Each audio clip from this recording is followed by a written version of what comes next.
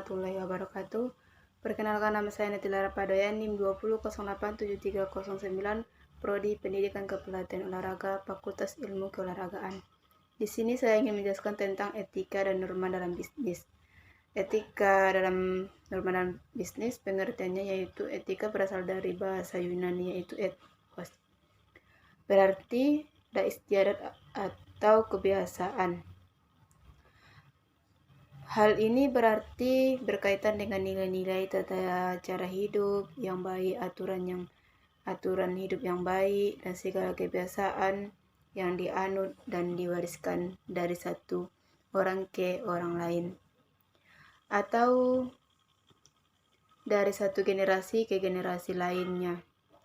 Etika ialah suatu studi mengenai yang benar dan yang salah, dan pilihan moral yang dilakukan seseorang. Keputusan etika ialah suatu yang benar mengenai perilaku standar.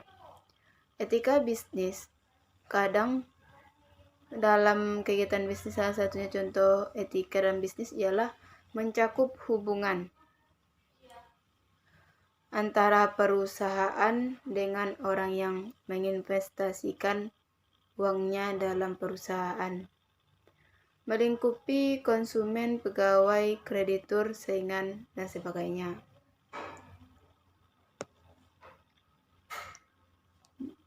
Dan norma-norma adalah aturan yang berlaku di kehidupan bermasyarakat. Norma memberi pedoman tentang bagaimana kita harus hidup, bertindak secara baik dan tepat, sekaligus menjadi dasar bagi penilaian mengenai baik buruknya perilaku dan tindakan kita.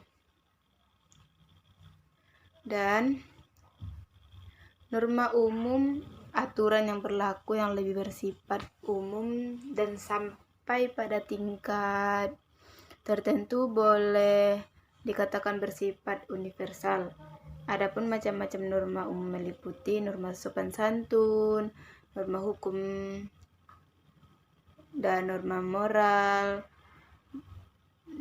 moral tidak ditetapkan dan atau diubah oleh keputusan pengurusan tertentu. Norma moral selalu menyangkut sebuah perasaan khusus tertentu yang oleh beberapa filsuf moral.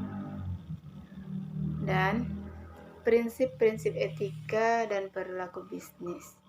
Menurut pendapat Michael Joseph Hon yang dikutip oleh Simmer, secara universal ada 10 prinsip etika yang mengarahkan perilaku, yaitu kejujuran, integritas, memelihara janji, dan kesetiaan, kewajaran, suka membantu orang lain, hormat kepada orang lain, warga negara yang bertanggung jawab, mengejar keunggulan, dapat dipertanggungjawabkan. Cara-cara mempertahankan standar etika: ciptakan kepercayaan perusahaan, kembangkan kode etik, jalankan kode etik secara adil dan konsisten, lindungi hak perorangan, dan adakan pelatihan etika, lakukan audit etika secara periodik, dan pertahankan standar tinggi tentang tingkah laku, tidak hanya aturan. Hindari contoh etika yang tercela setiap saat, dan etika diawali dari atasan. Dan ciptakan budaya yang menekankan komunitas 2 orang, libatkan karyawan dalam mempertahankan standar etika. Dan tanggung jawab perusahaan. Menurut Simmerer, adalah beberapa macam pertanggungjawaban perusahaan, yaitu tanggung jawab terhadap lingkungan, tanggung jawab terhadap karyawan, tanggung jawab terhadap pelanggan, dan sebagainya.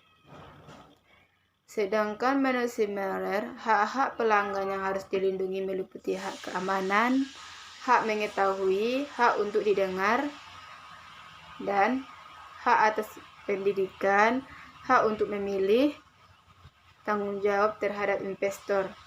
Tanggung jawabnya yaitu menyediakan pengembalian investasi yang menarik, seperti memaksimumkan laba dan juga melaporkan kinerja keuangan seakurat dan setepat mungkin.